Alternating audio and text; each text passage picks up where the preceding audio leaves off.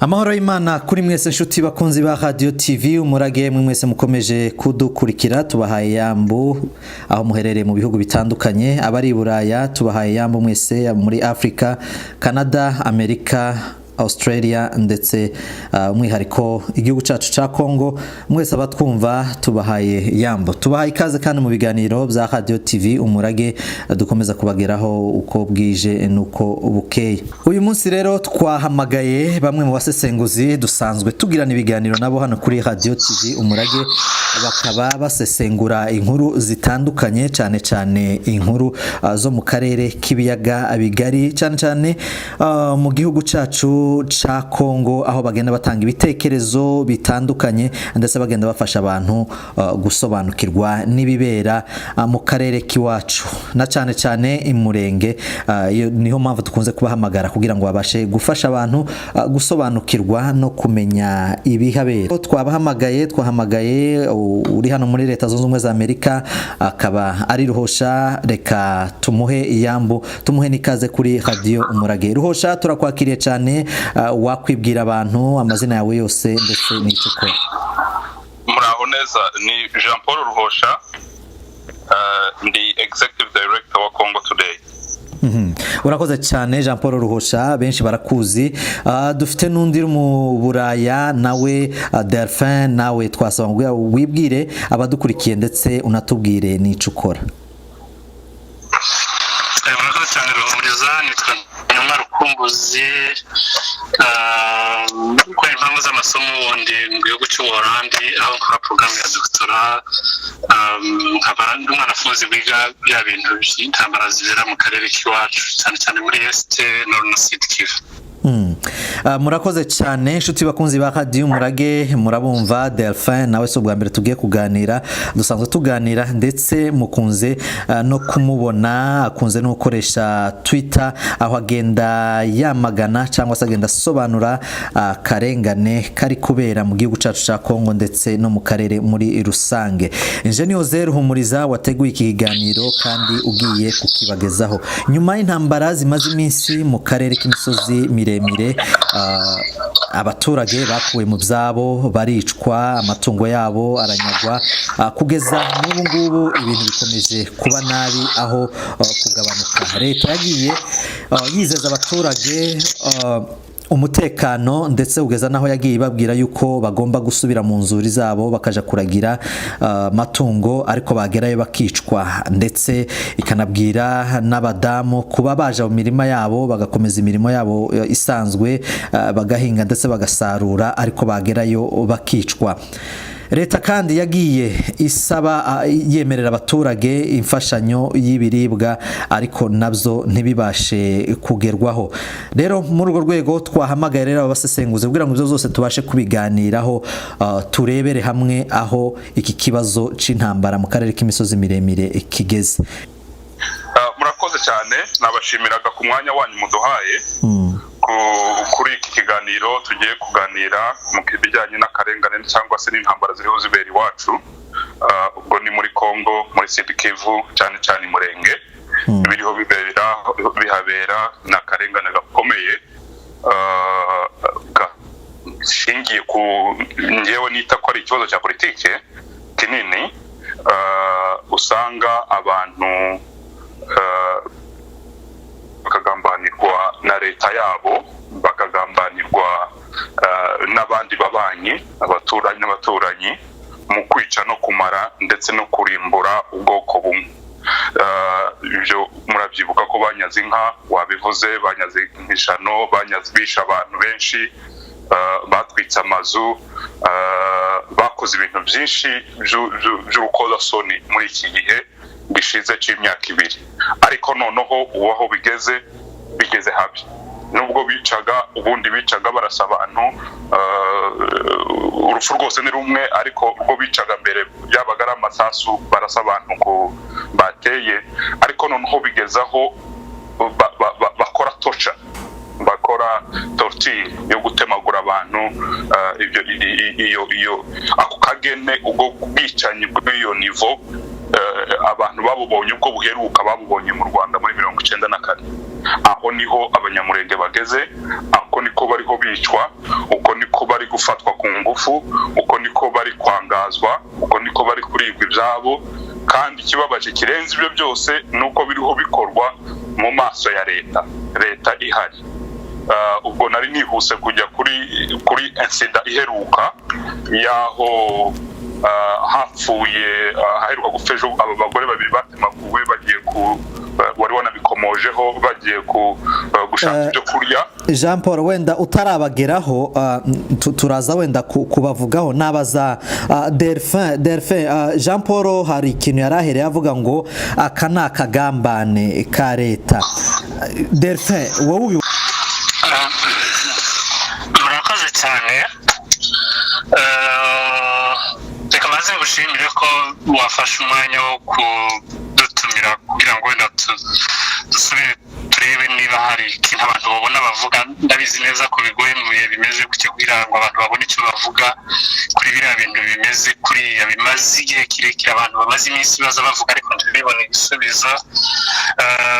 Rimwe hari igihe abantu bacika intege bakagira ngo none bimera nkaho nyine gusubira kuvuga nabyo ariko kuba ntacyo abantu baba bavuga, ariko kuba wenda wagize iyo kuraje yo kuduhamagara kugira ngo wenda tuvugane nacyo ndumva ari ikintu cy'ingenzi. Wenda kugira ngo uze kuza gusubiza icyo warumbajije, nagira ngo mbanze nihanganisha abantu bafite ibibazo biremereye bingana kuriya, cyane cyane bari mu Minembwe, ndibuka abantu bari mu Bijombo bagotewe mu mihana itarenze 3 baterwa ingezi nyinshi cyane zishoboka udashobora kwimagina. Ubushize nazo mvugana n'abantu mpaye mbabaza bambwira ko umuhana wo mu Gahwera n'umwe nari mpaye nkurikira kubera ko hari ahantu nari bafite deba mpaje gusobanura ibintu ariko byari bijanye mu bintu by'amasomo kandi birahita binazana kuri icyo wari uvuze. Uwo muhana umwe watewe ingenzi zirenze 40 mu mwaka umwe wo mu Gahwera niho hari urubariro aho abantu bagarukira ubu nyine. Ibitero bimwe byagiye bimara iminsi irenze 5-6, noneho bigiye kurenga bigeze aho abantu batangira gupfa impfu zimeze kuriya, ariko bigaragara ko nyine ariko zari zarateguwe. Bende umuntu yafata n'umwanya wo kubihanganisha no gusubira kubasubiza mu iteke, kubabwira ngo abantu bategura intambara bashaka kuyishora ku bandi ni biriya nibyo bakora, nibyo bari batekereje gukora, kubera ko uwo ni wo mugambi wabo. Umugambi wabo ni ukuvuga ngo bamara abantu imbaraga, bamara ubwenge, babakuremo n'ibyiringiro byose bishobora gutuma baheba icyo bumva baza baharanira. Iki nari kivugiye kugira ngo wenda nongere nihanganishe abahari badukurikira mwumve neza ko nubwo abantu badafite ibisubizo byinshi ariko ko turi kumwe, abantu bashobora gukora ibyo bashoboye, ariko tunizera n'Imana ko hari igihe tuzabona wenda igihe cyiza cyo kunamenya biriya bintu ukuntu byagiye bigenda. Nagira ngo nongereho ikintu cya gatatu mbere ko nsubiza icyo warumbwiye. Abantu bakunda kujya gukeka ko iyo duhaye tuvuga ko hari abantu bamwe barengana ko tuba duhaye tubiterwa n'uko turi bamwe muri abo. Nagira ngo kuranyumva. Ushatse kuvuga iki? Ndashaka kuvuga iyo njyewe mpaye mvuga ibi bintu ntabwo sima mpaye mbivuga gusa kubera ko ndi umunyamurenge, mpaye mbivuga kubera ko ndi n'umuntu. Ni ukuvuga ngo ibi ni ibintu numva novuga n'igihe undi muntu wese yubaha yarengana atari umunyamurenge. Icyo mvuga ni iki ngiki, ni ukuvuga ngo ibintu ubona biba ku banyamurenge, umuntu wese wishizemo sanse y'ubumuntu sinamenya neza ko umuntu yomenyaga kuyivuga, biranagoye no kuyipima, ariko kiriya ni ikibazo kireba ubumuntu, ntabwo ari ikibazo gikwiye kiduha tubikoreshwa nuko hajemo santima zivuga ngo nuko hari ibintu duhuriyeho nabo, ariko ni ikibazo cyari gikwiye kuba ari ikibazo cy'isi. Giteye gute rero ngaruke kuri icyo warumbashije, ndagira ngo wenda warumenye kumva icyo mpaye nshaka kuvuga. Ndashaka kuvuga gusa ko mfite ikibazo cya justice ku isi, ikibazo cya justice ku isi, aho abantu barengana bazira uko basa, bazira histoire yakozwe nabi, ikabibageza mu rufu rushaka kubamara bose. bose babwiye gushira. Donc ni ikibazo cya justice y'isi kubwihagurukira ntabwo ari ukubikora ngo nuko mpaye mvuga ikinyamurenge, no, kubivuga nuko nemera neza ko ari ikibazo cya justice y'isi, ni ikibazo isi ikwiriye kumva ko nitagira iki gikoraho ni precedent mbi ejo izuba no ku bandi, abandi nabo bameze nk'abo bakazorimburwa bagashira. Iriya ntambara imaze yavuba intambara ihera ku bintu byabaye mu Burundi, kudeta z'u Burundi zarase hazamwe intambara zigiye kumera nka ziriya zose nihute, amagurupe amwe aza muri Congo atangira kwifatikanya no kwinjira mu ntambara z'irokana. Ni ikibazo gifite amanivo arenze ane. Iya mbere ni ibibazo bikora ku bantu mu buryo buri individuel, umuntu bikamugeraho we nk'umuntu, kigenda kigonganisha abantu umuntu ku wundi. Ni ikibazo kuri nivo local kigonganisha ibintu abantu baza bitangwa n'amoko, kubera ko ari bwo buryo bazabona bworoshye bwo kuvuga ibintu. Izo ni uko ndakora reference kuri OTC abyita dominant narratives, ni ibintu abantu baza bagira ngo bafungire mu tuntu dutoya babibonera ibisobanuro. Ni langage y'isi y'abantu bamaze kunanirwa gusobanura ibintu neza, cyangwa babona biremereye kubisobanura bakabizingira mu kintu cyitwa ngo ni ibibazo by'amoko. Ikibazo cya gatatu ni ikibazo cy'intambara ibera i Kinshasa, uturu y'abantu basangiye ubutegetsi batamenya kujera, noneho bagashakaramwe inzira zo gusetoringa accounts, simpanibuka neza umuntu bivuga neza mu kinyamurenge, kigasubira kikaba n'ikibazo regional cyo muri Grand Lac, cyempuri ku Burundi, cyempuri ku Rwanda, unareba na Uganda kure, noneho akazamo na Congo. Ibyo byose abanyamurenge nibo bahaye babyishura uyu munsi. Kubera Delphin, kubera iki abanyamurenge bagomba kubyishura? Kubera iki abanyamurenge bagomba gukorerwa ku kagambane kangana gutyo nk'uko Ruhosha yarabivuze?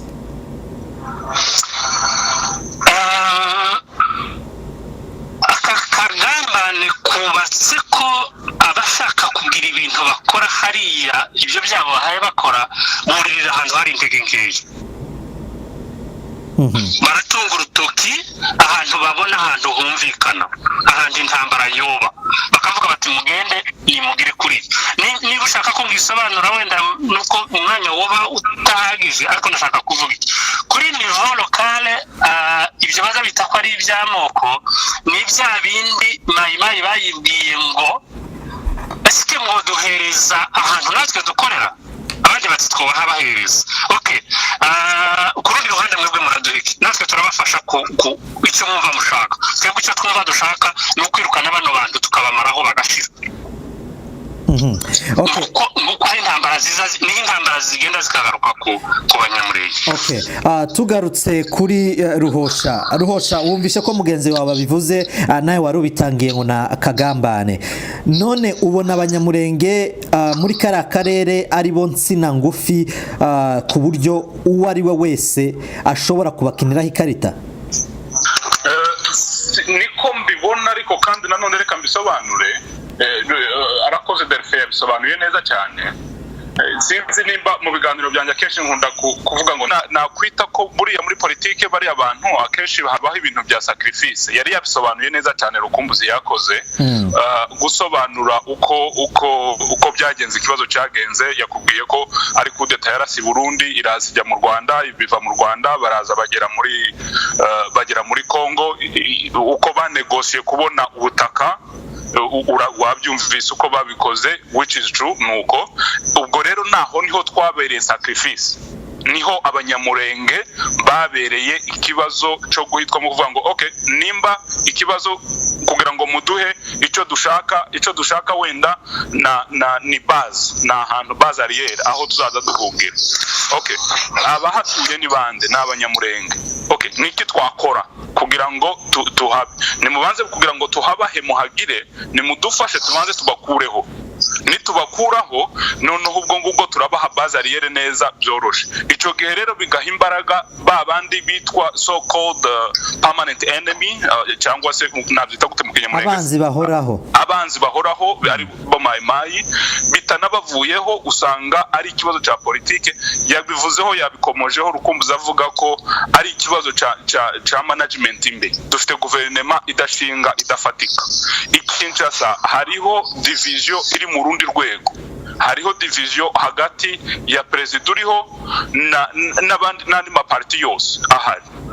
President uriho ejo bundi mwabonye ko yafunze directeur de cabinet wiwe.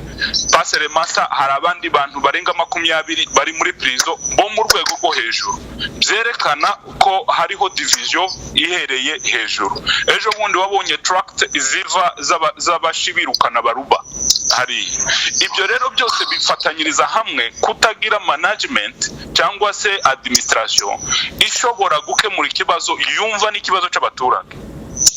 Ibyo rero kuza kuba insina ngufi, icambere nuko d'abord mu myizerere yabo batekereza ko bavansa cya kindi cy'amoko, bakavuga ngo abanyamurenge ntabwo ari abakongomani ngo nabandi. Sinzi ndaza kukugaruka uze kumpermeta kugira ngo nguhe urugero rw'iyi insida yabaye ejo bundi y'ubushize.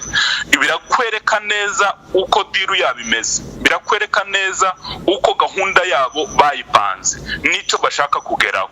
Iyi ntambara twakomeje tubisobanura kuva igihe kinini, twerekana ukuntu batanze bavuga ati objectif yabo ya mbere ntabwo kwari ukwica abantu, kwari ukwirukana abanyamurenge bose bakava muri Kongo bakajya mu Rwanda, noneho bageze kubajyana no mu Misiri.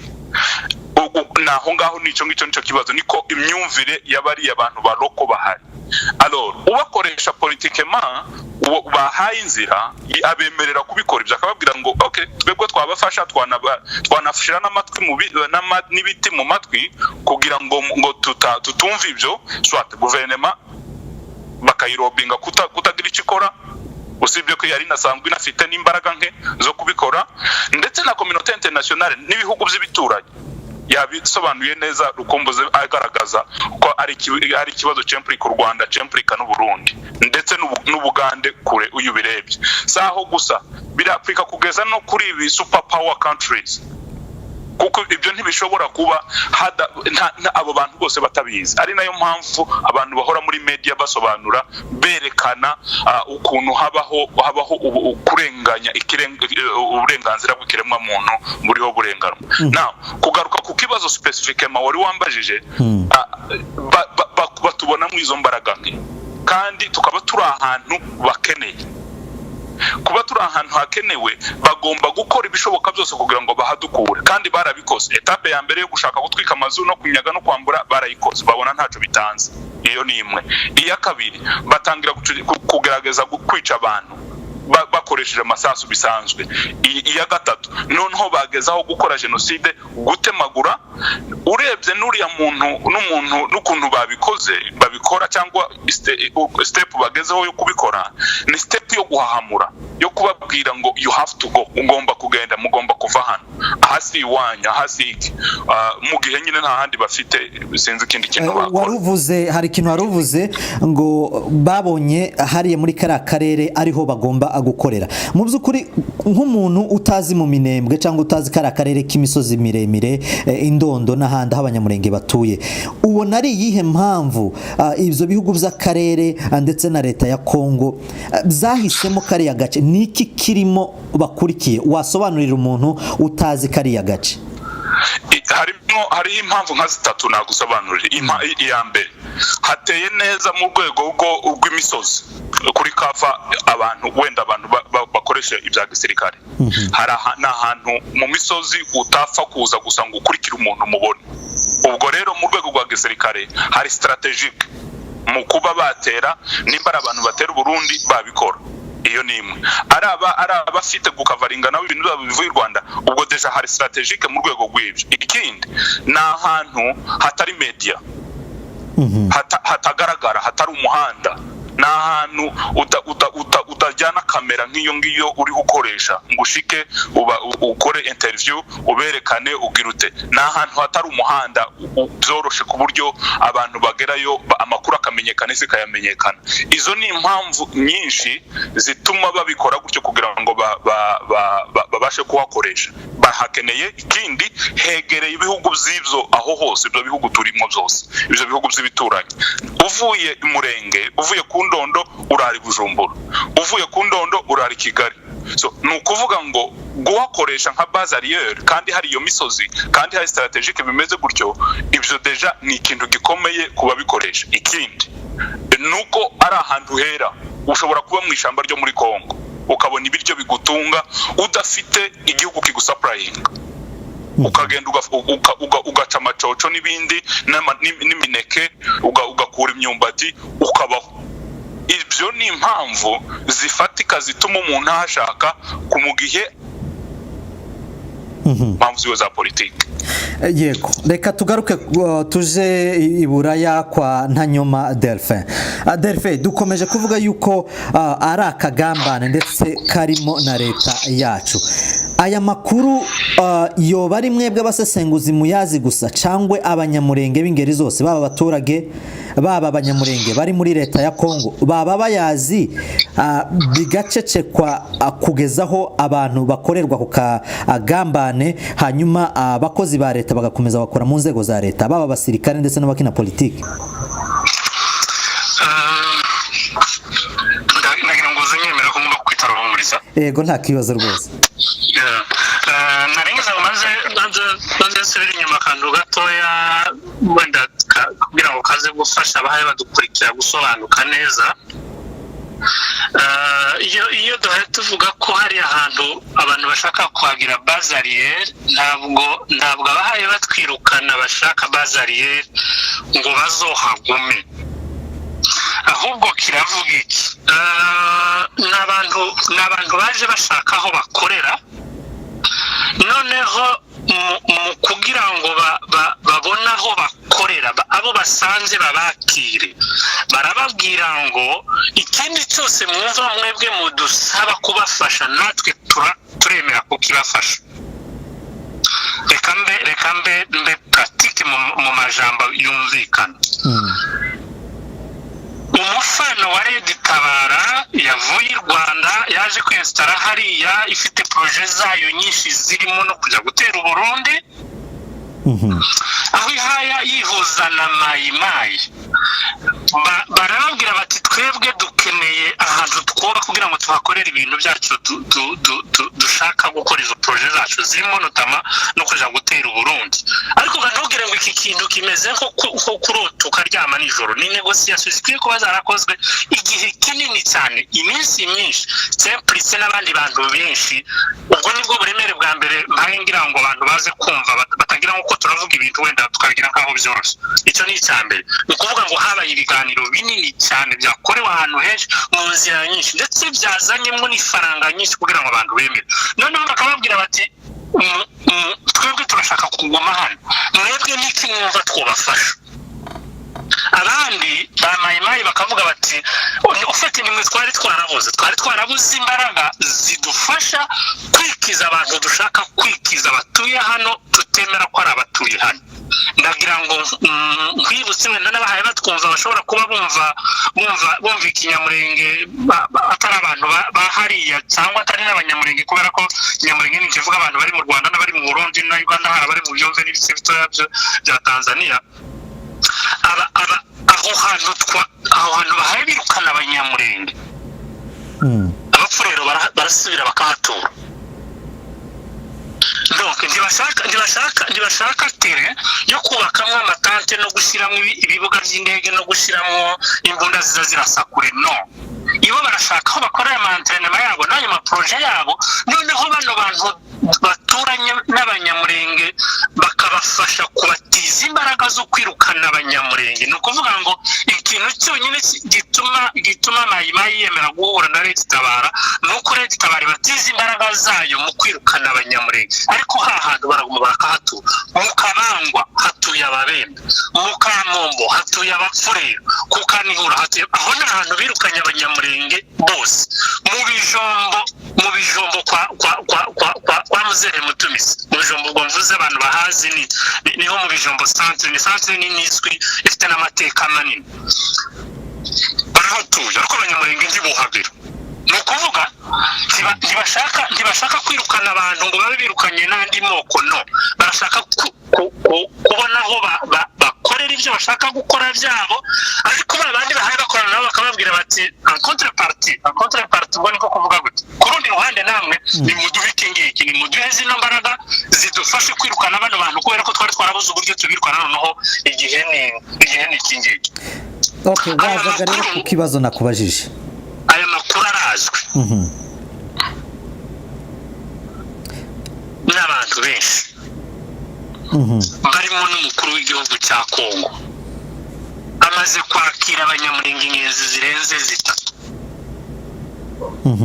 Njyewe zifite mwimwe niboneye twicaranye n'abantu bahaye bamubwira, nanjye nkabona icyandunguye, nkabona ameze nk'aho ari ubwa mbere hayumva ibintu, kandi izo nizo amakuru ko amaze kwakira ingenzi zirenze niba atari 2 cyangwa 3 arabizi. Serivisi za renseignement zo muri Kongo zirabizi, serivisi za sécurité armée police irabizi, MONUSCO irabizi, niko mbibona, ariko bimwe biza bigenda biyihisha kubera ko ntifite uburyo izi connect amakuru busobanutse.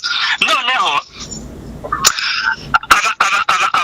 abantu bakoresheje imbaraga zabo zose zishoboka ngo basobanure ko abantu bahaye bashira, bikanga kumvikana. Reka ahubwo wenda kugira ngo uze kumva neza niba ntagiye gutinda, nze gushyiramo iki kintu mu mwanya muto, impamvu bitumvikana ni iyihe.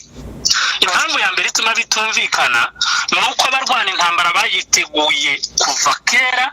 Abo ngabo tumaze kuvuga bayiteguye kera, baravuze ngo ni turiko muzovuge ko ari amoko y'arwana.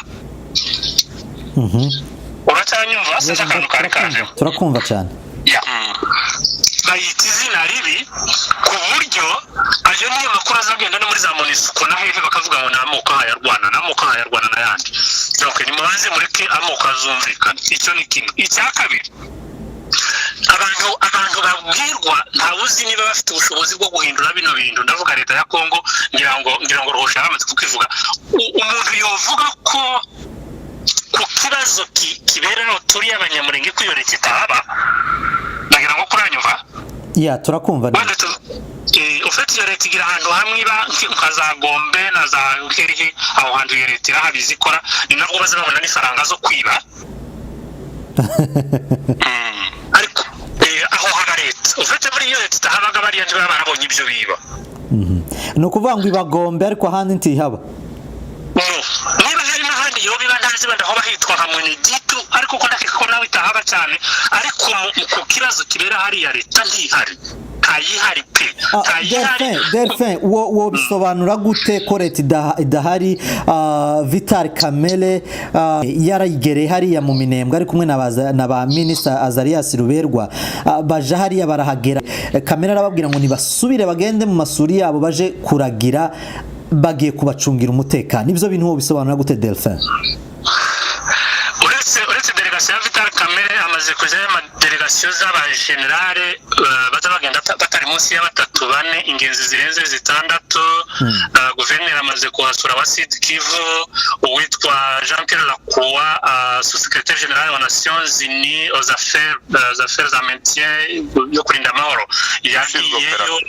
Ushinzwe operation witwa Laila Zerugi yagiyeyo, sinokubwira ingenzi MONUSCO yagiyeyo, ngira ngo sibo baza bagenda. Bigaragara ko ariho bashika, barahashika kandi bakabona n'abaturage kandi bakabizeza umutekano, ariko sibo baza bagenda. Ufata abantu gushika bakabona ibyo bahaye babona, bamara gushika ntabari ibyo bumva, ni nkaho batabari bo babagiye. Ko ndananirwa kumenya uko umuntu yobisobanura neza. Ngo ni kuvuga ngo haba hagiye abantu bahagaze, ariko imitima itagiye ngo nimara gushika ibone ikibazo ko giteye. Ufata ikibazo cyitwa ko ari ko kiba hariya, kiragenda kigahura n'intambara zabari muri kariya karere zatumye abantu bagira ngo ibibazo bya Kongo byose bizabiva ku banyamurenge. Buriya ibyo gutangaza kamere yaragiye kujayo baramubwiye ngo abana banduka nibo baza bateza ibibazo byose muri Kongo nivyo bahaye bazirani inazo narrative ziri muri za media nyinshi jewe personnellement nigeze gukora analyse ya radio kapini radio ivukana na MONUSCO niyo linye baba nuko baza batwara ibintu baza bavuga ngo ni ibibazo by'amoko ngo abantu baza bica abami babandi n'abafite bashaka kokipa territoire z'abandi n'abantu ibyo bintu bisabwe ufite iyo ahantu hataba leta ntabwo abantu baza bagira ikintu bahindura. Okay, Delphin tuba duhagarariye wenda aho ngaho hanyuma ngaruke kuri Jean Paul Ruhosha. Jean Paul ko turavuga ku ruhare rwa leta ya Kongo muri ibi bibazo nkuko twari tubivuze kamere yarazamutse yarahageze aba generale benshi barahageze umukuru wa Sud Kivu yarahageze kandi hari byo yagiye yizeza abaturage abanyamurenge bakuremo irihe somo muri ico cizere ubuyobozi bubaha bugasa nkaho babashutse bababeshe abanyamurenge bagakwiye gukuramo irihe somo. Reka mbanze ngaruke kuri Vital Kamerhe waruvuze. Vital Kamerhe ikikwereka ko atagiye wa mugani wa Rukumbuzi yavuze ari hehe Vital Kamerhe ubu nyine ari muri prison. Bivuga ngo Rukumbuzi ari kunye bisobanuraga avuga ko ngo bagenda batagiye no bagenda bari muri deal yo kumara abanyamurenge bari mu mugambi aribo bari mu mugambi badashoboye kubikora badafite gahunda nanto muri bo ari ukwishitsa gusa kugira ngo media babone ko bari cyo bakora ariko mu byukuri in deep down nta kintu bakeneye gukemura aho ngaho niyo hari ikibazo ntabwo ari uko babuze ubushobozi nje si uko mbyita no nta nubwo babuze ubwenge bwo kubikora ahubwo nta volonté bafite yo kubikora bagiye muri barya babaye negocier iyo deal bakoze bari included muri iyo deal yakozwe gutyo ahubwo aho ngaho niho abanyamurenge ndetse n'ubwoko bugomba kumva nukumva ngo ese ninde koko wari ufite inshingano zo kurengera umunyamurenge ni leta. Okay, leta eske leta iriho irarengera umunyamurenge no ntabwo iriho ibikora nukubera iki nuko idafite ubushobozi se icyo sinemera ko itanafite n'ubushobozi no irabufite ahubwo ifite gahunda yo kutabikora kuko iyo ni muri plan yabo yo kubirukana abanyamurenge kubakura aho ngaho impamvu reka mbikubwi ngo urugero goroshe ejo bundi uyu mugore bafashe ejo bundi uyu mugore abagore babiri bishe n'uyu nguyu barekuye uzi message bamuhaye kujya kubwira abanyamurenge ngo turagutumye ngo turetse kukwica njewe nico numvise uko yatangaga ubuhamya kundi urumva nyine n'umukecuru ariko message irimo nukuvuga ngo turetse kukwica kugira ngo ugende udutangire message ndore message utanga ugende ubwira abanyamurenge ngo ntituzigera duhura tugomba kubirukana bakava hano kuko ubusa ubutaka bwanyu nta nka mugira nta butaka mugira nta mirima mugira hano mugomba kuva hano nimba mutahavuye tuzabica tubamare kandi dore gaho bikomereye hagiye kungarurira kuri za delegation zose bari kuvuga kandi ntimugire ngo leta irabafasha sinzi kuri kubyumva aho ngaho ntimugire ngo leta irabafasha niyo yadutungiye akaboko ikavuga ngo dore muri hariya nimba wumvishije ubuhamya bw'uriya mudamu yavugaga ati mayi ntabwo yari kutubona naho turi abatubonye bari banaduhagaze hejuru n'abasirikare twaranabumvise bababwira ngo hariya hari abantu ngo barangize barahagarara barabareberera urumva icyo kintu iyo that's a complete evidence twakagombye gushingiraho bimwe nta nyuma yavugaga avuga ko bigomba kuba biri muri droit ari ibintu byakarezwe bakabifungirwa bakanabihanirwa ubwo iyo ni uburenganzira bw'abantu baba ni violation iyo mu rundi rwego sinzi ukuntu wenda abanyamategeko nibo bazabitugiramo kugira ngo bamenye exactement uko babikora ariko this is more than abuse kumva ko leta ariyo irangira so called abarebere kuko ngewe sinemera ko n'abarebere ntekereza ko ari abantu n'abakozi babo ngo ndore ngaba ari abantu aho bari bakabica ako kageni. Ubwo message ni iyihe? Message ni ukukwereka ko deal yakozwe yabaye mugano w'abongereza ngo ni seize the deal, ni barabirangije, ni ikintu bakoze baragifunga, baravuga toke abanyamurenge bagomba kuva hano uko bigenda uko ariko kose. Now eske turahava icyo nicyo kibazo, ahubwo abanyamurenge cyangwa n'abandi bantu badukurikira bakumva kuhava birashoboka? Ntibishoboka kuko ntidufite ahandi hantu tuzi. Hariya niho iwacu, niho mu butaka bwacu, niho twavukiye, niho iwacu, niho basogokuru bavukiye na basogokuruza, nicyo gihugu cyacu. Nta handi hantu tuzigera tugira hitwa iwacu. Hariya niho iwacu. So byanga bikunda tugomba kuhaba, tugomba no kwihanganisha abantu. Njyewe sinzi ukuntu nabyita, ni ukuvuga ngo ni mukomere ababanzi baduteye n'aba batugambaniye, turacyafite Imana ya bwacu tukabikora. Naho kuba twaragambaniweho c'est clair kuva muri guverinoma ya Kongo nabo baturanyi bandi bose tumaze kuvuga bari involved bajeyo, ndetse n'ifaranga zo nta nyuma yasobanuye. Umfuko ifaranga zikora sasa aho ngaho zikora gute? Abo bantu baragenda bakavuga toke nimba twemezanyije n'aba bantu bari lokali aribo ba mayimayi, ese MONUSCO ndoregaho MONUSCO idakorera, ese MONUSCO ko ushobora gutabara nibi bintu iyi gahunda yacu cyangwa se iyi plan yacu ntibe successful, ntituyigereho. Ndore uko bakora, baraza bakareba abashefu baba bantu, akaba aribo bakora bajya kureba no kubasobanurira, bakabwira ati turakuraho bano bantu. Mbere basobanuriraga abo bantu bose babwira ngo ntidushobora gukora genocide y'abanyamurenge, ngo tuzabakuraho gusa n'abantu batageze 50,000. Ayo niyo makuru abo ba MONUSCO bari bafite, ndetse n'amahanga niyo yari afite. N'abantu batarenze 50,000 twaza tugakuraho tukabashira handi, amahoro akaba muri Kongo. Or c'est faux. Ibishoboka ni ibintu bidashoboka. Ibyo ngibyo bababeshaga mu gusobanura no gusobanurira abantu, nibyo twirirwa dusobanura buri munsi, ari abandika abantu harimo n'abandi bakora ibindi. Izo nizo nama nge mpora za buri munsi wo kubabwira ngo abanyamurenge ni benshi kurenga 50,000, abanyamurenge hano ni iwabo, ntibanafite no kuhava, bazahashirira. Urumva? Now message ni iyihe rero ku munyamurenge? Ni ukubabwira ngo ni mukomere, nta handi tuzigera tugira. Ndi muri Amerika ariko njya arambwira akavuga ngo iwacu ni muturamba, kuko niho iwacu, niho nzi, niho nakuriye. N'undi ari we wese nimuze, kuko those are fundamental rights. Ibyo ni uburenganzira bwacu bw'ibanze tugomba kurwanirira, tukanabutsindira, tukanabugira, kandi icyo gihe bazanabyubaka. Ndagira ngo mbabwire ko nta mvura idahita abanyamurenge, nta mvura idahita, kandi nijya guhita neza bizaduha ibirenze ibyo ibingibi biriho bigira. Ibingibi biriho biradusurira kuduha amahoro arambye, biriho biradusurira kuduha development nini, biriho biradusurira kuduha abantu bakomeye mu gihugu, biriho biradusurira kuduha uburenganzira twari twarabuze indi myaka yose. Ni muhaguruke tubirwanire, tubikorere, tubishakishe, turebe uko tubigeraho, ducaka akarengane. Urakoze cyane Jean Paul Ruhosha. Hanyuma ndagira ngo ko turagana ku musozo, ariko ndagira ngo mbaze Delphin, ese iyo leta idakoze inshingano zayo nko kurinda abaturage bayo, abanyamurenge, abaturage ba Kongo, iyi leta abaturage bayirega hehe? Yoregwa nande? Ninde woyirega? Nihe boyirega? Urakoze cyane. Reka maze nsubire ku kantu gato inyuma, wenda ko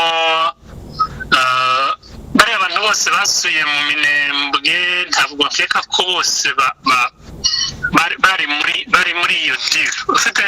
Ndakeka ko Ruhosha yabisobanuye neza kurusha uko naza mbivuga. Nyine dufite ibibazo by'abantu basuye mu Minembwe, ari bo bari bakwiriye kuba bafata decision ya nyuma, ariko bakaba bari muri uwo mugambi wo kuturimbura no kutumaraho. Kandi uwo ni umugambi ngira ngo ugume ukibuke neza, si umugambi gusa ukorerwa i Kinshasa, ariko no muri rejo urakorwa. Hari abantu baburi inyuma muri rejo barimo notama abo ngabo bemeye gushigikira bahaye batwirukana. Icyo ngira ngo kibe gisobanutse. Muri bari abantu badusuye ntabwo bose basuye Minembwe, bose bafite umugambi wo kutwirukana. Hari abadusuye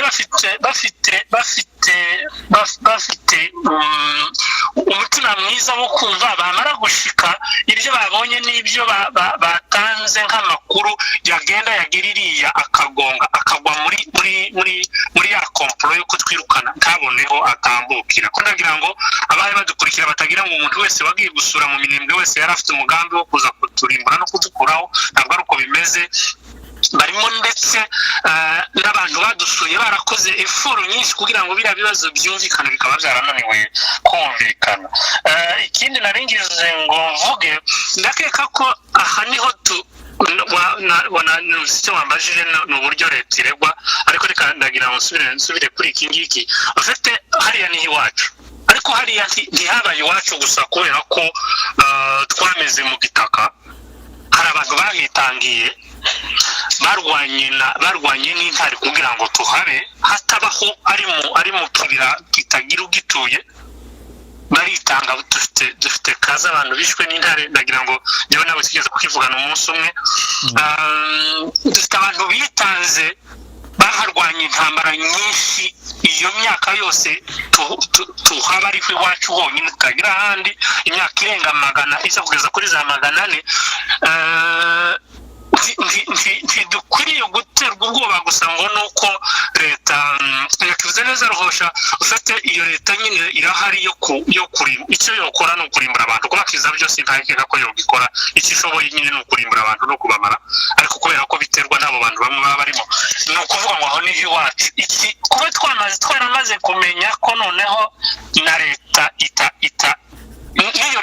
niyo ngirwa leta nta kihaje kudufasha aho niho dukwiye gukura imbaraga zo gutura aho niho dukwiriye kumva neza ko dukwiriye gutura kubera ko twamaze kumenya ngo noneho uwo duhaye turwana nawe ntabwo akiri leta itabara wenyine ntabwo ari mayimayi yonyine noneho na leta nayo kunyine ko nayo nta kihaje kudufasha noneho leta zizaziregwa sindi umunyamategeko ngo ndi butange neza ibisubizo gisobanutse cyangwa kimbwira ngo wenda usoma article runaka ariko leta zizaziregwa hari ama institution ya justice leta zizaziregwamo hamwe n'amaprocedure azaregwa leta zizaziregwamo uretse no kurega leta nka leta n'abantu muri izo leta bazabaregwa birazwi ngeka ko uzamuye igitekerezo cyiza hari abantu dufite batangiye gukora ama effort ngeka ko bakwiye gushimirwa ariko bakwiye gutera niyo ntambwe yo kuzamuka kuva ku bantu tukazoreka leta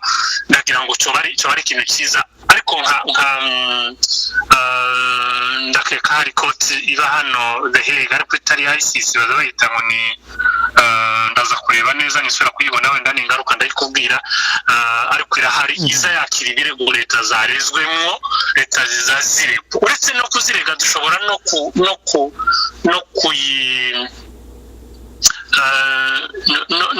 no gushaka abantu badufasha kujya kudutwarira ikibazo cyacu muri Conseil de Sécurité ya Nations Unies abantu babihagurutsemo bashizemo imbaraga n'ubwenge kikazigwamo kubera ko ni ikibazo cya security y'abantu bahaye barimbuka ndagira ngo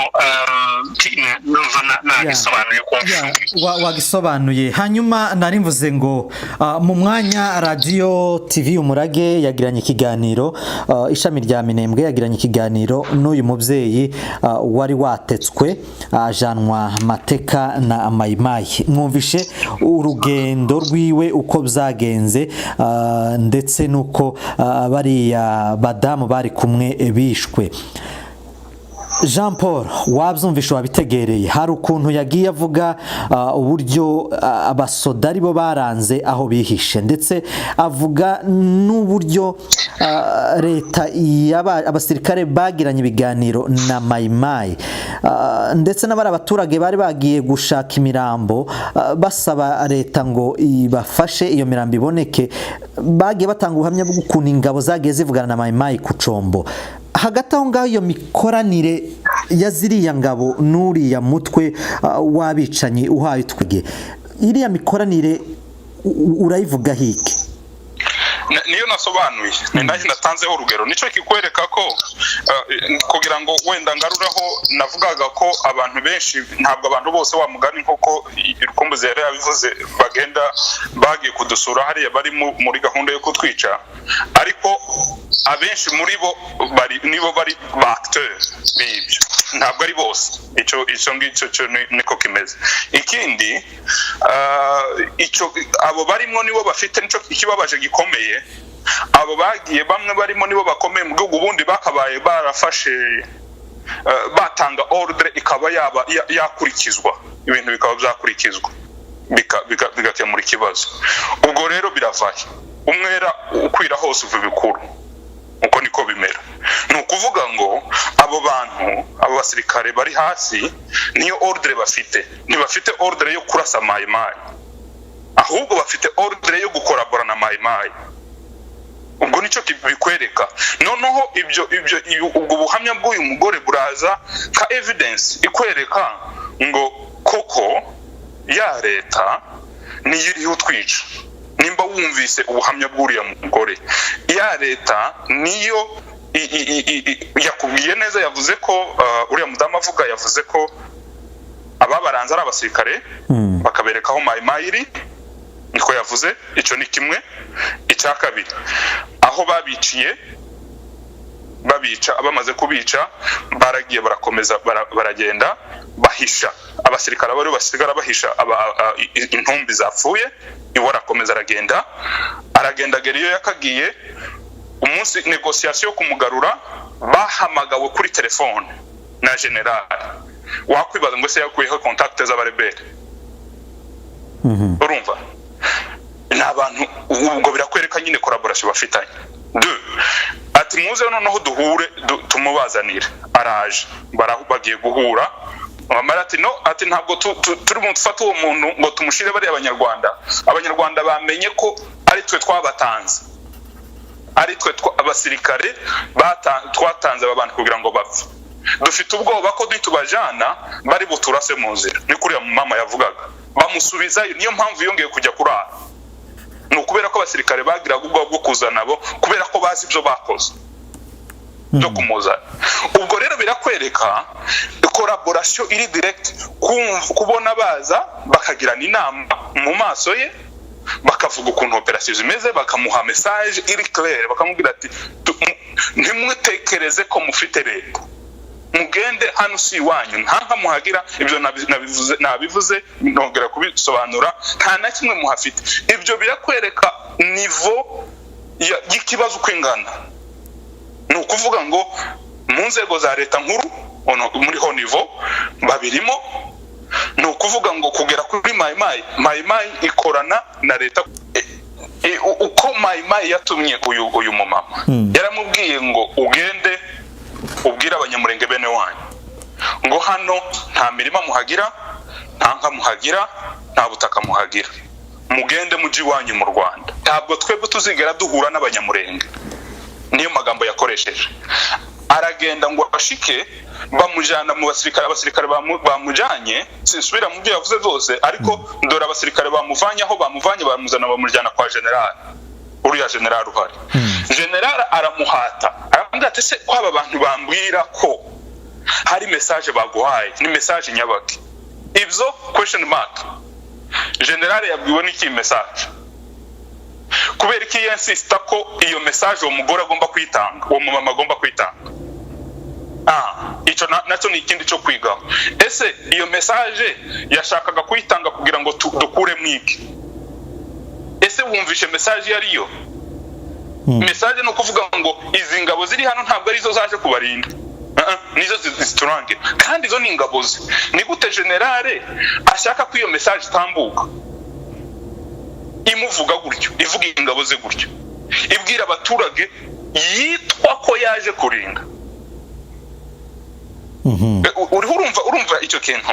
None se ni ukuvuga ngo nimba waje kurinda abantu, abamayimayi bagatuma iyo message, ntabwo wowe nk'umurinzi wabo bantu waje kubarinda urahita ubwira ati reka ibyo nibyo basaze?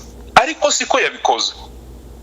Nimba wumvishe message y'uriya mu mama yavuze ati generale yinsiste kugira ngo ntange iyo message, njyewe sinarifite kuyitanga, ariko yinsiste kugira ngo ntange iyo message. Ni ukuvuga ngo birakwereka ibyo Rukumbuzi yaramaze gukora, akubwira ko ari akagambane kari kuri ho nivo. Nanjye nibyo navuze, nuko bikorwa abanyamurenge bagomba kubyumva ase sensela, kumenya ko nta leta dufite, yo kuturengera, ni ukuyongeraho wa mugani uko yabivugaga, ni ukuyongeraho Red Tabara, ni ukuyongeraho mayimayi, tukamenya uko twirinda. Ntabwo wa mugani hari ahantu twahaje duhanutse, oya tuvuye mu kirere.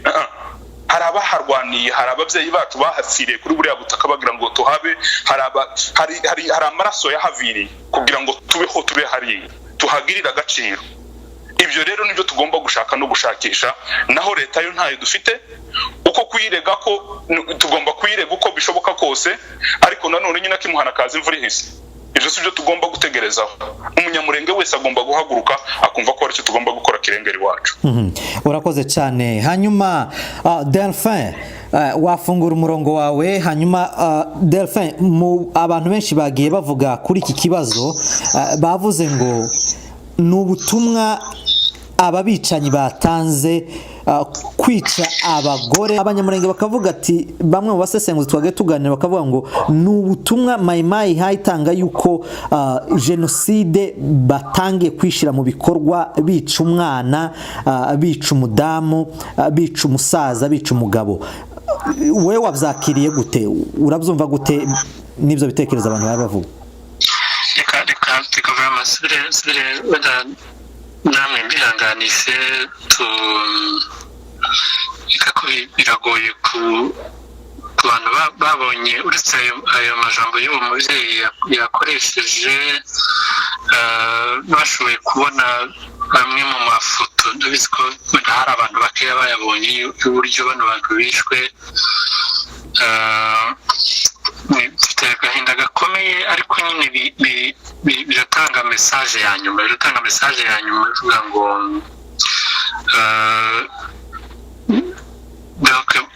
mushobora kuba mwari mukikirisha ko hari ahantu hari impuhwe, ko hari ahantu ibintu byaba bigishoboka, ariko ntahari. Naringize ngo ndasubira ngaruke kuri iki Ruhosha yaravuze, bakucyana bimaze kuvuga nyine dukwiye kwihangana, tugasubira abantu bakagira imbaraga zo gusubira kwirengera no gushaka kubaho no kwemeza abandi ko twobaho bidatewe nuko hari abandi bantu babishaka. ngira ngo ni message nshaka kuvuga, ariko nagize ngaruke kuri Ruhosha yaravuze. Biriya bintu iyo ibintu biri complex, abantu baza bagira ngo none iyo bihaye bisobanurwa ntibyumvikane vuba ngo uko none ibyo babitariho.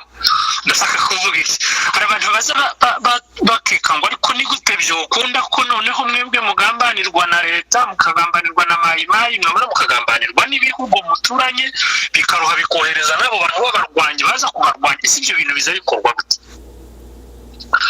Icyo kiri mu bibazo nahuye nabyo ku minsi 12 narifite seminari mpayavugana n'abantu bararuha barambaza bati ariko nawe wowe kuravuga ngo ni mwe n'abanyamurenge bonyine n'abandi bantu bose. Kino kintu ndumva yaranagisuriye, abantu bahaye batwirukana muri Kongo bafite intere zitandukanye zituma bemera ko twirukana. Icyo nicyo gituma umuntu amenya kumva icyotera Red Tabara kwihuza na mayimayi kugira ngo batwirukane, icyo gituma mayimayi yo kubera ko niwo mugambi wabo wa kera mu kutwirukana yemera noneho no guhura n'abitari kuba yarahuye nabo kugira ngo bayifashe batwirukane, icyo gituma leta n'igisoda cya leta byemera ko tuguma kwicwa kariya kageni. Ufite uretse kubifunguye faze ya nyuma, agira ngo nicyo warumbajije roho muri yego, iyi ni sinyale ya faze ya nyuma. Ariko ibintu byitwa kwica abanyamurenge, kubarimbura no kubamaraho biri muri ya processus ndende. Ariko tunareba guhera 2015 ureba abanyamurenge bishwe muri 1996, bishwe muri 1998 kubera ko havutse rebellion yavutse nk'izindi zose zivuka, bakavuga ngo mugende mukuramo bariya n'abariya. Ureba ukuntu abantu muri byo rabirukanwe, ureba ukuntu abantu bishwaga n'abasoda bari muri leta ngo kubera ko hari abantu babiri batumvikanya ahantu b'abasoda bari muri leta. Noneho ugaruke muri uno mwaka ushize uburyo leta yicaye ireberera njyewe na Ruhosha twigeze gukora exercice nk'abantu bamenyereye itombwe n'iwacu tuvuka iwabo n'iwacu harimo urugenzi rw'isaha 2-3 ndavuga iwacu aho tuvuka duhaye tumapinga uburyo imihana y'itombwe yasambutse n'aho amakara y'abasoda yarari distance ndagira ngo Ruhosha araza kumfasha kwibuka distance twasanze yari ndende yari hagati y'amakara y'abasoda abiri igihe itombwe hasambutse byari ibirometero bitarenze 6 ni 6 binini ibirometero 6 ni ukuvuga ngo ahantu kure cyane ikayi imwe yari kuba yatabaye iyindi n'ahantu hari ibirometero 6 ufite barabasunika barabarazana babashyira muri kaya ya iriya site iri mu Mikenge abandi barabasunika babazana mu Minembwe buri ahantu abanyamurenge batuye ku batahazi n'ahantu ni muri perimetre itarenze ibirometero 12 kilometre kare ibirometero 12 kare n'ahantu hatoya iyo umuntu bamwiciye ku Kivumu ufite bamwiciye mu Minembwe abana bo ku Kivumu baza bava ku Kivumu bakaja bava ku Kivumu sorry abana batoya ba primaire bakaja gusoma mu Madego n'ahantu bazawohereza umwana w'imyaka 10 akagenda wenyine umwana w'imyaka 12 niho twakuriye ni ukuvuga ngo n'ubundi bari basanzwe bagose ufite plan yo kutwirukana baragenda bakagenda bashyiramo utuntu nyine tw'amahimba two kohereza umuntu yamara gushika akavuga ngo murabona ngo noneho tugiye guhindura ngo twurarebe neza ufite iriya no kumasika nyine kugira ngo abantu bagume babe distre ariko iriya plan ya kera icyo sinyale y'uno munsi hayitanga ni ukubabwira ngo nahaga birarangiye twari tuzi ko muzitwara twari tuzi ko tubasunika mukagenda vuba none ubwo mudahari mubyumva ndakeka ko aricyo bashaka kuvuga urakoze cyane ariko kandi naringize ngo navuge ariko kandi gitandukanywe n'ibindi nagira ngo ngiye gusa kongera ufite ni muri iyo plan nini yo kubarimbura no kuvuga ngo turabirukana bagende bangare niba batabikunze bazoshe bashira utekereze ko mu Minembwe abantu bari mu kuja kugura ibyo kurya byo mu mirima yabo abasada bahaye badandaza.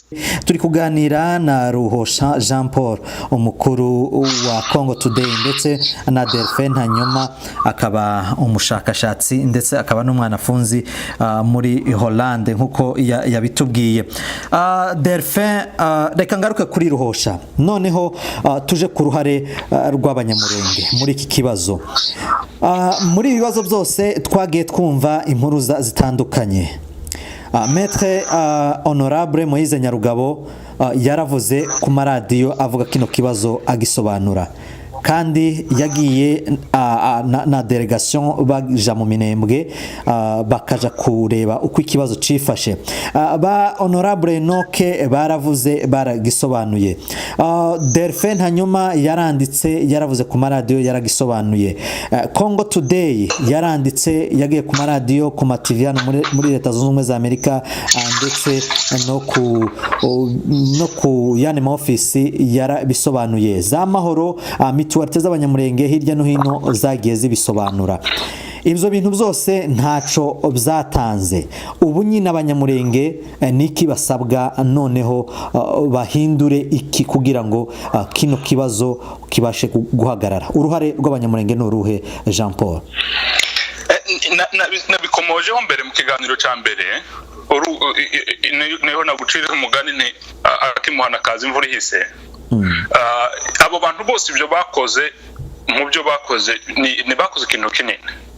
Ubu ikibazo c'intambara cyangwa c'akarengane k'umunyamurenge muri Kongo kazwi kuri nivo zose. Ubwo navuga nko muri Leta Zunze Ubumwe za Amerika niho wenda nagusobanurira. Haba administration, haba sena na Congrès. Abo bantu barabizi neza ndetse no mu nzego za security. Ubwo nugukombininga inzego za security zombi zaba CIA na FBI bafite amakuru yose yuko ibyo bintu bimeze. Hari ibintu Ntanyuma yigeze kuvuga kare bya UN irabizi neza. Twanditse inshuro nyinshi kugezaho umuntu ushinzwe operation agenda akaja gusura mu Minembwe. ibyo nuko abo bantu bakoze ibyo babivuze ibyo byose byagiye biba mena eske biraduha impact yo dukeneye cyangwa biraturengera uko dukeneye réponse ni no kuko ntibazahaguruka umusirikare wo muri Bangladesh cyangwa umunyamerika hano ngo aze kurwana na mayimayi ngo yibwire ngo subire inyuma ureke kwica abanyamurenge oya icyo bisobanuye nuko ikibazo cyanyu kiba cyumvikanye mushobora kwirengera mushobora gukora kwigwanaho mukumvikana kandi ibyo twabigezeho ibyo rero nibyo shaka kugira ngo mbwire abanyamurenge uruhare rw'abanyamurenge rugeze ubunyine kuko amahanga yamaze kumva ikibazo cyabo abantu bose aho bava nivo zose zishoboka yaba muri Europe nta nyuma yarahari nabonye bajya kubisobanura hano muri Amerika ni buri munsi tubikora ndetse n'ahandi hose haba no muri UN no muri leta ya Kongo ingirwa leta ya Kongo barabizi mena uruhare rw'umunyamurenge uyu munsi ni ukwirwanaho mu gihe abo bose twamaze kubabwira nyine ikindi cyo dutegereje niki icyo dutegereje nuko tugomba gukora self defense yo kubaho n'uburenganzira bwacu bwo kubaho icyo nicyo abanyamurenge bagomba gukora ntabwo bagomba gutekereza ngo ikibazo kirakemurwa na diplomasi yakozwe diplomasi zikorwa hari ibindi bintu biriho bikorwa birengera abantu urugero rworoshe genocide yo mu Rwanda ntugire ngo abantu ntibayivuze buriya genocide yo mu Rwanda abantu barayivugaga bakanayireportinga bahoraga hano kuri Capitol Hill nkuko natwe twahora ariko ntibyatumye abanyarwanda badapfa miliyoni aho ibintu byabaye muri Israel ibyo ntibikuraho kugerageza kwirwanira no kwirinda n'icyo nakubwiye ngo akimuhana kazi imvura ihise c'est l'état y'abanyamurenge gukora icyo bagomba gukora bakirinda bakarindwa icyo gihe na leta nayo izaza kubyumva noneho nibona batangiye kwirinda kuko gano uburenganzira bwabo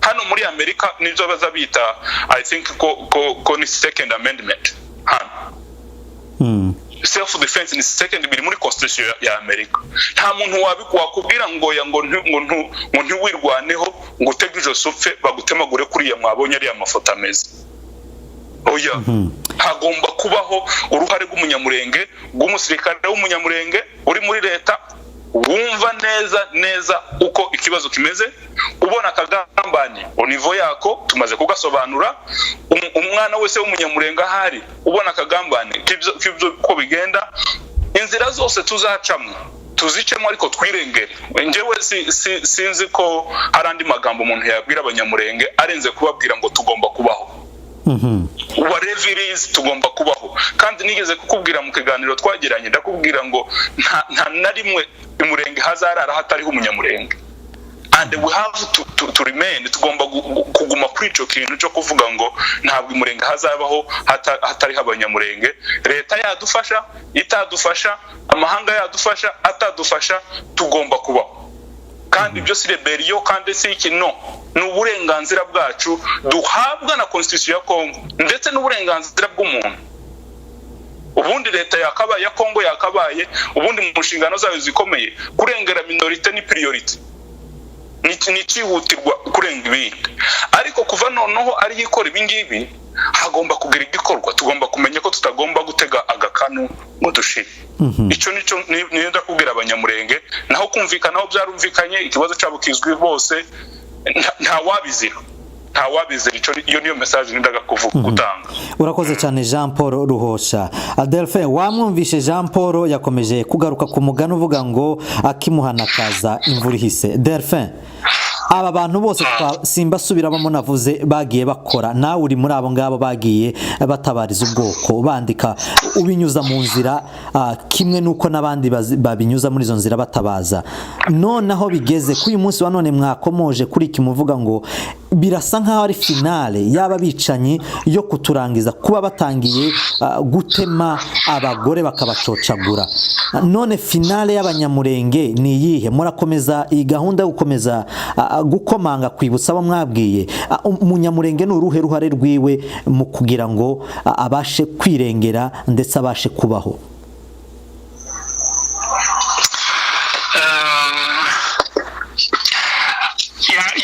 ya kote naza nkubwira burya ubwonko butari bwafashe vuba yitwa International Court of Justice izikorera ngira ngo ni ibihugu bizabiregwamo wenda uzotumize umuntu w'umunyamategeko barahari turabafite benshi bamenya kucyumva bamenya no kubisobanura neza mu kinyamurenge cyiza kiritiki cyanje no kwerekana uburyo byokorwa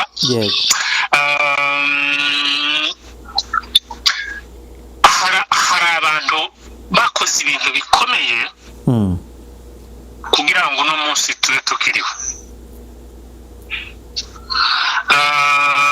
singaruka kuri babandi navuze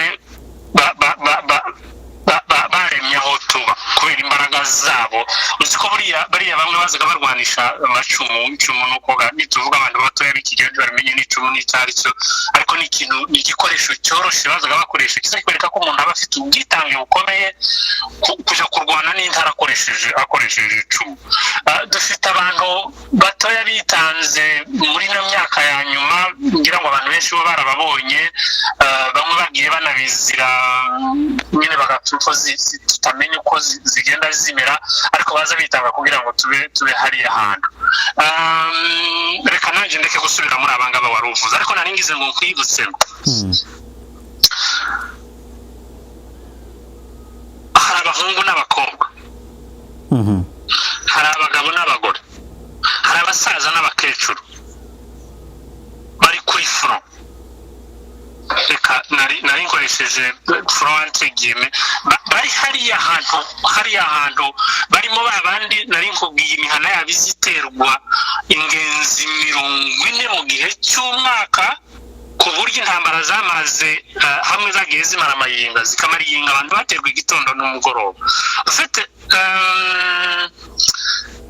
Captain Hill ishobora kutatwumva International Court of Justice ishobora kutatwumva ariko twaravuze uretse no kuvuga twarakoze abo bantu nuzosubira kujya kuvuga abantu bafite ibintu bakoze byo kurengera abanyamurenge abari buzushyira ku mustari wa mbere barimo bitanze basize ubuzima bwabo tumaze kugira ibimuga muri no myaka ya nyuma bidafite ukuntu bingana bitanze gusa kubera ko bahaye bavuga ngo turanze tidushobora kwemera ko umuntu aza kuduca hejuru ngo aratubutsa ngo aratwaka droit zacu dufite abo bantu nibo dukwiriye kurebera uburetse baruhosha uburetse bandanyuma uburetse ba ministre runaka na ba honorable tutavuze amazina yabo turebere abo bariye ngiri ya modele ndagira ngo uracyanyumva yego turakumva neza cyane ngiri ya modele yo kureberaho ko dukwiriye gutura barahara abahungu n'abakobwa baza babyuka mu gitondo amasasa ahaye avuga akiruka akajya kuvoma amazi agacumba umutsima akawushira abahaye barengera babakecuru n'abasaza iyo niyo modele yacu yo gutura iyo niyo modele yacu yo kuba muri Kongo ibindi bizoza byitonze ndagira ngo yabisobanuye neza niyo migani imwe nanjye sinzamenya niyo yavuye imwe njewe nzanaga kwama ngoma kuvuga kuyivuga kuko sinamenye ukuntu sinzamenya aho yatangiriye ariko iyo niyo modele ufite iriya modele si modele ya none ndiko ndavuga urumva nyumva neza iyo niyo modele dukwiriye kurebera ariko kandi reka dushimire nabo bandi baguma bakabwira isi ko duhaye turengana kugira ngo n'isi yumve kubera ko baduhaye turwana nabo bazabamara bakagenda bakaja kuvuga ibindi bintu ariko mu ruhare rw'abanyamurenge uno munsi kimwe cy'abanyamurenge nakeka ko ndahamya ko sinzi niba bangiye kurengerera ruhumuriza ndakeka ko nta muntu uretse kutumara kamuza dukura muri Kongo kubera ko tumaze kubona ibimenyetso bikomeye tumaze kubona ubwitange bw'abantu burenze kwemera burenze kumva abona rimaze kuvuga bari nyine uyu munsi tuvugana bari mu kugenda kuri izo ntambara bahaye barwana na mayi FARDC kabarasi baturutse inyuma bakoresheje inkoni barahari abantu b'abagabo bavutse muri za 60 ubwo simvuze izina ry'umuntu ariko nushaka uzombaze inbox mukubwire abantu bavutse muri za 60 z'imyaka afite ubu nyine afite imyaka 60 abo nibo baremesheje iyo ntambara yo kwirwanaho bakavuga ngo hano turatuye n'iwacu ndabizi neza ko hari ahantu tuzohaba kubera abo ngabo kubera abo bantu bafite ubwitange bukomeye icyo naringize ngo we nashiremo ni wanse ntoya cyo gukora ubonyine no kwirinda abantu bahaye bagonganisha imitwe bahaye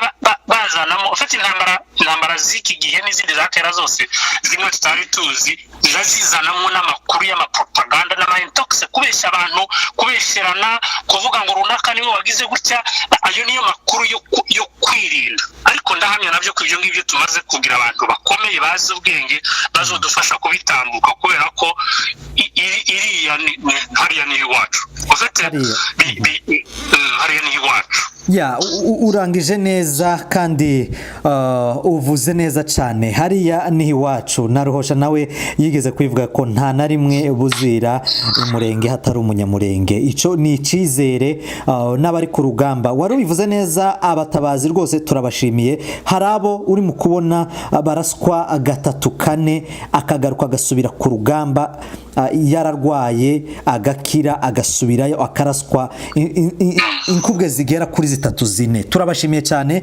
bakomeje kwimira bahagaze mu marembo yose bakomeje kwimira barabamayimayi ngo bareke kuza kutsemba abanyamurenge reka rero tugere ku musozo nabasaba noneho mu munota umwe hari ijambo ufite mu bibazo wenda ntakubajije ariko hari ubutumwa ufite kugeza ku bakunzi ba Radio TV Umurage twatangira kuri Ruhosha mu munota umwe ukabasha kuritambutsa urakoze cyane reka nibutse abanyamurenge niyo wenda message nge natanga twanabivuze inshuro nyinshi no kubisubiramo ntabwo nta handi dufite iwacu ni hari iwacu nibyo tumaze kuvuga nagize ngo ntanga urugero rutoya uko abantu bitiranye ibintu hano turi muri Amerika turi impunzi ariko ziva imurenge abari mu Rwanda n'impunzi ziva imurenge abari Burundi abari muri Kenya bari arabana bantumiye ejo bundi mbaganira ndababwira ngo muzarebe ko muri ibyo bihugu byose mutuyemo haba mu Burundi haba mu Rwanda haba muri Uganda ko hari ubwo hari inama ya minisitiri yari yicaranywe nome umunyamurenge imushire muri leta yabo y'ibyo bihugu aho nashaka kugira ngo mbwira abanyamurenge ko kwibesha ko wenda wafashe nationality y'ahandi bishobora kugira umunyagihugu waho ni ukwibesha no bashobora kuguha nationality kugira ngo ukomeze ukora ibyo ukora ariko ntabwo uri umunyagihugu wabo oya ntabwo bazagufata ngo bagushire mu nteko yabo ntabwo bazagufata ngo bagushire mu mabanga y'igihugu cyabo kuko ntabwo uri umunyagihugu wabo nubwo baguha nationality mugabo isanzwe ariko iyawe yibanze ni murenge then message ni iyi nubwo bimeze gutya murenge nubwo turiho dupfa gutya bugiye guca rwose ni mukomere barabyitangiye ba data barabyitangiye ba sogokuru barabyitangiye bakuru bacu banikora bagakunzi n'abandi ntanyuma yavuze abo basore barwaniye kugira ngo tube hari tuzahagume kubivaho none iyi generation yacu kubivaho no guhemukira izo ntwari izo mfura z'abanyamurenge zakoze ibyo ngibyo zikarwana n'intare zikarwana n'abanzi zikarwana n'iki tukaba turiho none hakaba hakicitwe imurenge mu banyamurenge then kuluzinga icyo kintu uyu munsi ni esheki ikomeye tutazakira rero message yanjye ni ukubwira abanyamurenge reka tube hamwe nta kintu kiriho cadutanya kuko dufite umwanzi utugwanya n'umwe utwicwa n'umwe icyo ashaka no kwica umunyamurenge nta politiki hari ya parti politiki no hariho politiki yo kumara umunyamurenge wese alors ukuva dufite umwanzi umwe nidusenyera umugozi umwe dusinde ibindi byose bizaza nyuma inyungu zindi ziri personnel zizaza nyuma ariko twatsinze umwanzi murakoze kandi mukomeze kwihangana umunyamurenge wese ahari akomeze kwihangana tunasenga Imana ariko dusenge tukora tugire cyo turengera iwacu urakoze Jean Paul Ruhosha reka twumve Delphin hanyuma nawe atanga umwanzuro kuri ibi yatanze mu munota umwe ndagira ngo wenda rezime ntasubira muri biriya Ruhosha yaravuze byinshi muri byo naje partaja ndagira ngo nibutse ko ndumva ari naho natangira ufite ikibazo cya justice ni ukuvuga ni uburenganzira bw'abantu ntabwo ari ugukunda gukoresha imbunda, ntabwo ari ugukunda kuba muri ya misozi miremire, no ni ukuvuga ngo ntabwo ari uko abo bantu bakunda kurwana kubera ko hari n'igihe uzuhura n'ayo makuru abantu abahaye avuga ngo abo bantu bakunda no kurwana, no si uko. Ni ikibazo cya justice, ni ikibazo cy'abantu bahaye bashaka kumvikanisha ibintu babujijwe nk'uburenganzira bwabo. Ni abantu badashaka ko bashira kubera ko hari abantu babitiranyije, cyangwa kubera ko hari umuntu wabivuga ngo njyewe mfite imbaraga ngomba kubategeka kuko numva ashaka ngo bari kumukora. Iyo ari ikibazo cya justice rero, ndongera nibutse abo bantu benshi bafite ubutwari n'imbaraga bakoresha kutitiranya abantu bose. Ndashaka kuvuga iki? Ufite iyo duhaye turwana n'abantu, hari igihe tuza twitiranya abantu tukagira ngo none abantu bose babaye abanzi bacu. Harimo abafite uwo mugambi bubatse tuguteguye, ndetse bamwe baba bakora banihisha inyuma y'abandi, bamwe atari igihe baba banatubesha ko wenda bo nyine bahaye banatufasha, ari igihe haza no kugutamo. Hakwiriye kubamo iyo sagesse, buriya bwenge buranga abantu. Ufite sagesse n'ubwenge bw'ubufura, ndagira ngo none n'ubwenge bw'ubufura buza bugufasha kumenya ngo muri bari abantu benshi bariya ufite bariya bose sifitanye ikibazo nabo, nubwo abandi abo dufitanye ikibazo ni umuntu umwe runaka. Ufite tugomba kuzobana n'abandi bantu hariya byanga bikora. Iyo niryo somo dukwiriye kuba duhaye tugenda twubaka ubunyine, kubwira abandi bantu ngo tugomba kubana namwe. Ntabwo ari intambara duhaye turwana ngo twirukana, ngo nubwo niba baza batwirukana tukaba twogira imbaraga cyangwa dushoboye kwirengera ngo turi bubane nabo. Ni intambara yo kurwana tubigisha ko tubana twese. Icyo kirasaba ko abantu bamenya gutandukana, ko ndashaka kucyita amalgame, sinzi neza ko muri ijambo ryiza ry'ikinyamurenge, gutandukanya abantu n'abandi, abagome n'abeza. Dufite ababembe bifura, dufite abafurero bifura, dufite abanyindu bifura. Njyewe mperutse muhira mu mwaka ushize, n'imfura zikomeye zishaka amahoro ariko zabuze aho ziyatangirwa. Abo nabo kubana nabo. Icyanyuma ndumva yarakivuzeho Ruhosha, tugomba kumva abahaye baturwanya ko bakoresha inzira nyinshi zo kuturwanya, zirimo izo kudutera ubwoba, zirimo izo kuducamo, zirimo izo kutuyobya baturangira inzira itariyo, batubeshesha utuntu twinshi. Cyangwa ko dukwiriye kubaka kuri experience ikomeye y'abo bantu bose bafite ibintu bakoze hariya kugira ngo tugume tuhabe. Ndahamya ko tuzohaba neza kandi cyane. Ndabashimiye rero bakunzi ba Radio TV Umurage, ndabashimiye mwe mwese mwakomeje kudukurikira muri iki kiganiro, aho twari kumwe n'abatumirwa bacu Jean Paul Ruhosha ndetse na Delphin Ntanyoma, abasesenguzi mu z'akarere k'imuhira. Turabashimiye rero abatumirwa bacu kuba mwatwitabye kandi mukaba mutanze umusanzu wanyu kugira ngo abantu babashe kumva neza ibibazo bibera mu karere kacu k'Imurenge. Reka mbashimire namwe mwese mwadukurikiye. Yari Oze Ruhumuriza wabategura ikiganiro. Iyi ni Radio TV Umurage.